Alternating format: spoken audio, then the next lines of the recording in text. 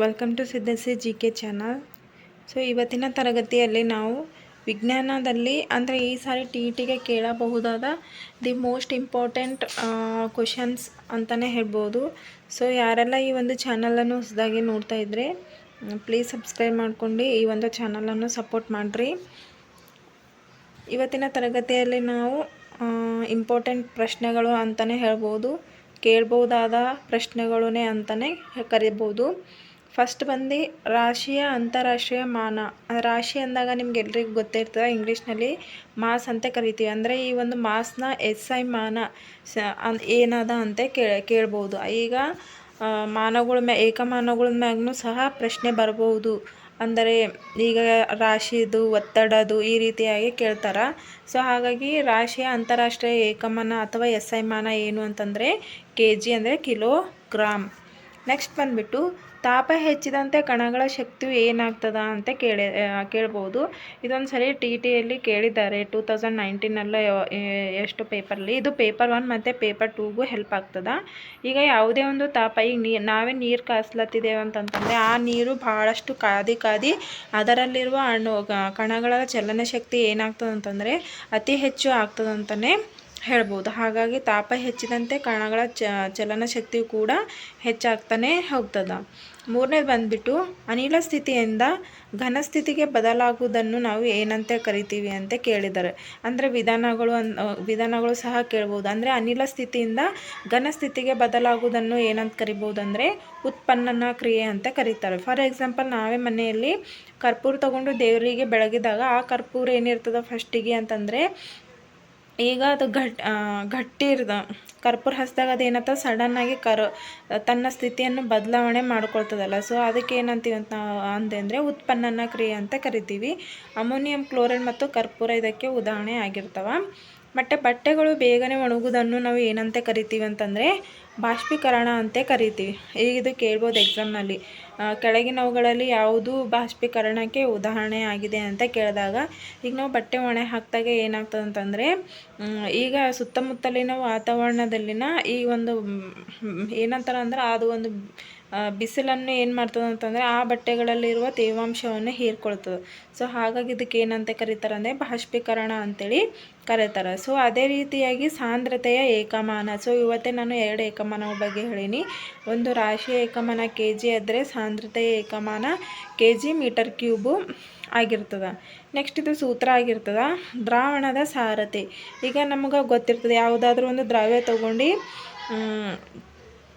ಯಾವುದಾದ್ರೂ ಒಂದು ದ್ರಾವಣದಾಗ ಹಾಕಿದಾಗ ನಮಗೊಂದು ಸಾರತೆ ಬರ್ತದೆ. ಫಾರ್ ಎಕ್ಸಾಂಪಲ್, ಈಗ ಉಪ್ಪು ಅನ್ನೋದು ಒಂದು ದ್ರಾವ್ಯ, ಅದನ್ನು ನಾವು ನೀರಿನಾಗ ಹಾಕಿದಾಗ ಏನಾಗ್ತದೆ, ಉಪ್ಪಿಂದ ಒಂದು ಸೊಲ್ಯೂಷನ್ ಆಗ್ತದಲ್ಲ, ಅದಕ್ಕೆ ಬಂದುಬಿಟ್ಟು ನಾವು ದ್ರಾವಣದ ಸಾರತೆ ಅಂತೇಳಿ ಕರಿತೀವಿ. ಸೊ ಸೂತ್ರ ಬಂದುಬಿಟ್ಟು ದ್ರವ್ಯದ ಪರಿಮಾಣ ಬೈ ದ್ರಾವಣದ ಪರಿಮಾಣ. ನೆಕ್ಸ್ಟ್ ಬಂದುಬಿಟ್ಟು ನಿಲಂಬಿತ ಮಿಶ್ರಣ ಒಂದು ಏನಾಗಿರ್ತದೆ, ಏನು ಸಮ ಆಗಿರ್ತದೆ, ಏನು ಅಸಮರೂಪ ಆಗಿರ್ತದೆ ಅಂತ ಕೇಳ್ಬೋದು. ನಿಲಂಬಿತ ಮಿಶ್ರಣವು ಒಂದು ಅಸಮರೂಪ ಮಿಶ್ರಣ ಆಗಿರ್ತದೆ. ನೆಕ್ಸ್ಟು ನಿಲಂಬಿತ ಮಿಶ್ರಣವನ್ನು ಯಾವ ಕ್ರಿಯೆಯ ಮೂಲಕ ಬೇರ್ಪಡಿಸಬಹುದು ಅಂತ ಕ್ವಶನ್ಸ್ ಕೇಳ್ಬೋದು.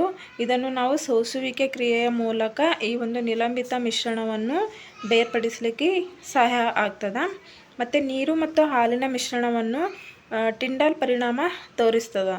ಸೊ ಇದು ಕಲೀಲಗಳಿಗೂ ಉದಾಹರಣೆ. ಕಲೀಲ ಅಂದರೆ ಇದು ಒಂದು ಹಾಲು ಒಂದು ಕಲೀಲಕ್ಕೆ ಬೆಸ್ಟ್ ಎಕ್ಸಾಂಪಲ್ ಅಂತಲೇ ಹೇಳ್ಬೋದು. ನೆಕ್ಸ್ಟು ನೀರು ಮತ್ತು ಹಾಲಿನ ಮಿಶ್ರಣವನ್ನು ಟಿಂಡಾಲ್ ಪರಿಣಾಮ ತೋರಿಸ್ತದೆ.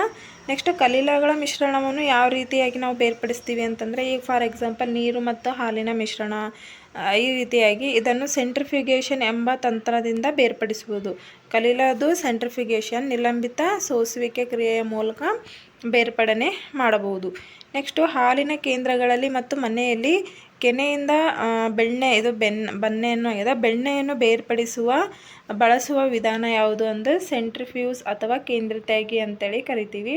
ಸೊ ಮೋಸ್ಟ್ ಇಂಪಾರ್ಟೆಂಟ್ ಆಗಿರ್ತದೆ, ಇದು ಕೇಳ್ಬೋದು ಎಕ್ಸಾಮ್ನಲ್ಲಿ. ಈ ರೀತಿಯಾಗೂ ಸಹ ಹೊಸ ರೀತಿಯಾಗಿ ಪ್ರಶ್ನೆಗಳು ಬರ್ತಾನೆ ಇರ್ತವೆ ಅಪ್ಲೈಡು. ಸೊ ಹಾಗಾಗಿ ಎಲ್ಲವೂ ಸಹ ಇಂಪಾರ್ಟೆಂಟ್ ಆಗಿರ್ತಾವೆ, ನೋಡ್ಕೊರಿ.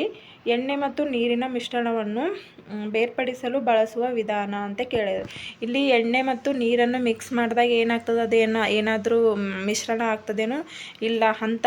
ಅಂಥ ಮಿಶ್ರಣಗೊಳ್ಳದ ದ್ರವಗಳನ್ನು ಯಾವ ರೀತಿಯಾಗಿ ಬೇರ್ಪಡಿಸ್ತಾರೆ ಅಂತಂದರೆ, ಅವುಗಳ ಸಾಂದ್ರತೆಯ ಆಧಾರದ ಮೇಲೆ ಬೇರೆ ಬೇರೆ ಪದರಗಳಾಗಿ ಅವುಗಳನ್ನು ಮಾಡಬಹುದು. ಸೊ ಇದು ಕೇಳ್ಬೋದು ಎಕ್ಸಾಮ್ನಲ್ಲಿ, ಹಾಲೆಂದು ಭೀ ಕೇಳ್ಬೋದು.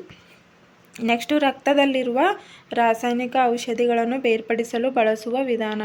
ಈಗ ಈಗ ನಮ್ಮ ರಕ್ತದಲ್ಲಿರುವ ಏನಾದರೂ ರಾಸಾಯನಿಕ ವಸ್ತುಗಳು ಸೇರ್ಪಡೆಯಾದಾಗ ಯಾವ ರೀತಿಯಾಗಿ ಬೇರ್ಪಡನೆ ಮಾಡ್ತಾರಂತಂದರೆ, ಈ ಒಂದು ವರ್ಣರೇಖಾ ವಿಧಾನದಿಂದ ರಕ್ತದಲ್ಲಿರುವ ರಾಸಾಯನಿಕಗಳನ್ನು ಬೇರ್ಪಡೆ ಮಾಡ್ತಾರೆ.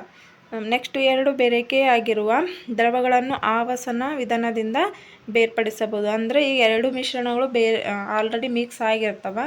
ಸೊ ಅವು ಯಾವ ವಿಧಾನಗಳಿಂದ ಅಂದರೆ ಅವು 2 ಕೂಡ ದ್ರವಗಳು ಆದಾಗ ಮಾತ್ರ, 2 ದ್ರವಗಳು ಮಿಕ್ಸ್ ಆಗುವ ರೀತಿಯಲ್ಲಿ ಯಾವ ವಿಧಾನದಿಂದ ನಾವು ಬೇರ್ಪಡೆ ಮಾಡ್ತೀವಿ ಅಂತಂದರೆ ಆವಾಸನ ವಿಧಾನದಿಂದ ಬೇರ್ಪಡಿಸಬಹುದು ಅಂತಲೇ ಹೇಳ್ಬೋದು. ನೆಕ್ಸ್ಟು ಶುದ್ಧ ಘನ ವಸ್ತುಗಳನ್ನು ಸ್ಫಟಿಕ ರೂಪದಲ್ಲಿ ದ್ರಾವಣದಿಂದ ಬೇರ್ಪಡಿಸುವ ಪ್ರಕ್ರಿಯೆ ಸ್ಫಟಿಕರಣ. ಈಗ ಫಾರ್ ಎಕ್ಸಾಂಪಲ್ ಇದು ಸ್ಫಟಿಕರಣಕ್ಕೆ ಉದಾಹರಣೆ ಅಂತಂದರೆ, ಸಮುದ್ರದಲ್ಲಿನ ಉಪ್ಪು ನಾವು ಯಾವ ರೀತಿಯಾಗಿ ತೆಗಿತೀವಲ್ಲ ಅದು ಕೂಡ ಈ ಒಂದು ಸ್ಫಟಿಕೀಕರಣಕ್ಕೆ ಉದಾಹರಣೆ ಆಗಿರ್ತದೆ. ನೆಕ್ಸ್ಟ್ ತುಕ್ಕು ಹಿಡಿಯುತ್ತಿರುವ ಕಬ್ಬಿಣದ ಇದು ಯಾವ ಒಂದು ಬದಲಾವಣೆಗೆ ಆಗಿದೆ ಅಂತಂದರೆ, ಇದು ಒಂದು ರಾಸಾಯನಿಕ ಬದಲಾವಣೆ ಆಗಿದೆ. ಯಾಕಂದರೆ ತುಕ್ಕು ಹಿಡಿದಾಗ ಅಲ್ಲಿ ಕಲರ್ ಏನಾಗಿರ್ತದೆ, ಚೇಂಜ್ ಆಗಿರ್ತದೆ. ಈಗ ನಮ್ಗೆ ರಾಸಾಯನಿಕ ಬದಲಾವಣೆ ಮತ್ತು ಭೌತ ಬದಲಾವಣೆ ಗೊತ್ತಿರಬೇಕು. ಇದು 2 ಪೇಪರ್ಗೂ ಕೇಳ್ತಾರೆ ಎಕ್ಸಾಮ್ನಲ್ಲಿ. ರಾಸಾಯನಿಕ ಬದಲಾವಣೆ ಅಂದರೆ ಬದಲಾವಣೆ ಆದಾಗ ಅಲ್ಲಿ ಹೊಸ ಒಂದು ಉತ್ಪನ್ನ ಉಂಟಾಗಬೇಕಂದ್ರೆ, ಈಗ ತುಕ್ಕು ಹಿಡಿದಾಗ ಅಲ್ಲಿ ಏನಾಗ್ತದೆ, ರಸ್ಟ್ ಫಾರ್ಮೇಷನ್ ಆಗಿರ್ತದೆ. ಅಂದರೆ ಅದರ ಕಲರ್ ಚೇಂಜ್ ಆಗಿರ್ತದಲ್ಲ. ಸೊ ಅಲ್ಲಿ ಒಂದು ಯಾವುದಾದ್ರೂ ಹೊಸ ಕ್ರಿಯೆ ಉಂಟಾದಾಗ ನಾವೇನಂತೀವಿ, ರಾಸಾಯನಿಕ ಪರಿಣಾಮ ಅಂತೇವಿ. ಭೌತ ಪರಿಣಾಮ ಅಂತಂದ್ರೆ ಅಲ್ಲಿ ಯಾವುದೇ ಒಂದು ಹೊಸ ವಸ್ತು ಉಂಟಾಗಂಗಿಲ್ಲ, ಮತ್ತು ಅದನ್ನು ನಾವು ರಿವರ್ಸಿಬಲ್ ಮಾಡಬಹುದು. ಇದು ಮಾತ್ರ ನಾವು ರಿವರ್ಸಿಬಲ್ ಮಾಡಲಿಕ್ಕೆ ಆಗಂಗಿಲ್ಲ. ತುಕ್ಕು ಹಿಡಿದಿರೋ ಕಬ್ಬಿಣಕ್ಕೆ ನಾವು ಏನಾದರೂ ಮತ್ತೆ ಹೊಸದಾಗಿ ಮಾಡಲಿಕ್ಕೆ ಆಗಂಗಿಲ್ಲ. ಸೊ ಇದು ಬಂದುಬಿಟ್ಟು ರಾಸಾಯನಿಕ ಬದಲಾವಣೆ ಆಗಿರ್ತದೆ. ನೆಕ್ಸ್ಟ್ ಕ್ವಶನ್ ಬಂದುಬಿಟ್ಟು, ನೀರನ್ನು ಮಂಜುಗಡ್ಡೆ ಆಗಿಸೋದು ಇದು ಭೌತ ಬದಲಾವಣೆ. ಅಲ್ಲಿ ನೀರು ತೊಗೊಂಡು ನಾವು ಫ್ರಿಜ್ನಾಗ ಇಟ್ಟಾಗ ಮಂಜುಗಡ್ಡೆ ಮಾಡ್ತೀವಿ, ಮತ್ತು ಅದೇ ಮಂಜುಗಡ್ಡೆ ನಾವು ಹೊರಗೆ ತಂದಾಗ ಏನಾಗ್ತದೆ, ನೀರು ಆಗ್ತದೆ. ಬಟ್ ಅಲ್ಲಿ ಯಾವುದೇ ಒಂದು ಹೊಸ ಉತ್ಪನ್ನ ಉಂಟಾಗಂಗಿಲ್ಲಲ್ಲ. ಸೊ ಹಾಗಾಗಿ ಇದು ಬಂದುಬಿಟ್ಟು ಭೌತ ಪರಿಣಾಮ. ಭೌತ ಪರಿಣಾಮದಲ್ಲಿ ಯಾವುದೇ ಒಂದು ಹೊಸ ವಸ್ತು ಉಂಟಾಗಂಗಿಲ್ಲ. ಅದೇ ರೀತಿ ರಾಸಾಯನಿಕ ಪರಿಣಾಮ ತೆಗೆದುಕೊಂಡಾಗ ಅಲ್ಲಿ ಒಂದು ಹೊಸ ಉತ್ಪನ್ನ ಉಂಟಾಗ್ತದೆ. ಸೊ ಅಂದರೆ ಹೊಸ ಫಾರ್ಮೇಷನ್. ಈಗ ನಾವು ಊಟ ಮಾಡಿದಾಗ ಜೀರ್ಣ ಆಗಿರ್ತದೆ, ಮತ್ತು ಅದನ್ನು ನಾವು ಏನಾದ್ರು ರಿವರ್ಸ್ ಮಾಡ್ಲಿಕ್ಕೆ ಆಯ್ತದೇನೋ ಇಲ್ಲ, ಅದು ಜೀರ್ಣ ಆಗಿ ನಮ್ಮ ಬಾಡಿಗೆಲ್ಲ ಏನು ಕೊಡ್ತದೆ, ಶಕ್ತಿ ಕೊಡ್ತದೆ. ಅದೇ ರೀತಿಯಾಗಿ ಏನಂತಂತಂದ್ರೆ ಇನ್ನು ಬಹಳಷ್ಟು ಎಕ್ಸಾಂಪಲ್ಸ್ ಎಲ್ಲನೂ ನೋಡಿಕೊಂಡಾಗ ನಮಗಿನ್ನ ಏನಾಗ್ತದೆ, ಪರ್ಫೆಕ್ಟ್ ಆಗ್ತದೆ. ನೆಕ್ಸ್ಟ್ ಕ್ವಶನ್ನು, ಕೊಠಡಿಯ ತಾಪಮಾನದಲ್ಲಿ ಇರುವ ಏಕೈಕ ದ್ರವ ಲೋಹ ಅಂತಂದರೆ ಅದುವೇ ಪಾದರಸ. ಲೋಹಗಳ ಮೇಲೂ ಎವ್ರಿ ಟೈಮ್ ಎಕ್ಸಾಮ್ನಲ್ಲಿ ಕೇಳ್ತಾನೆ ಇರ್ತಾರೆ, ಪ್ರಶ್ನೆಗಳು ಬರ್ತಾನೆ ಇರ್ತಾವೆ. ಸೊ ಲೋಹಗಳು ಕ್ಲಾಸ್ ಸಹ ನಾನು ಮಾಡೀನಿ, ನಿಮ್ಗೆ ಇಷ್ಟ ಇದ್ದರೆ ಹೋಗಿ ನೋಡಿ. ನೆಕ್ಸ್ಟು, ಕೊಠಡಿಯ ತಾಪಮಾನದಲ್ಲಿ 2 ಧಾತುಗಳು ದ್ರವ ಸ್ಥಿತಿಯಲ್ಲಿರ್ತಾವಂತ ಹೇಳಿದೆ. ಒಂದು ಪಾದರಸ, ಇನ್ನೊಂದು ಬ್ರೋಮಿನ್ ಒಂದು ಅಲೋಹ ಆಗಿರ್ತದೆ.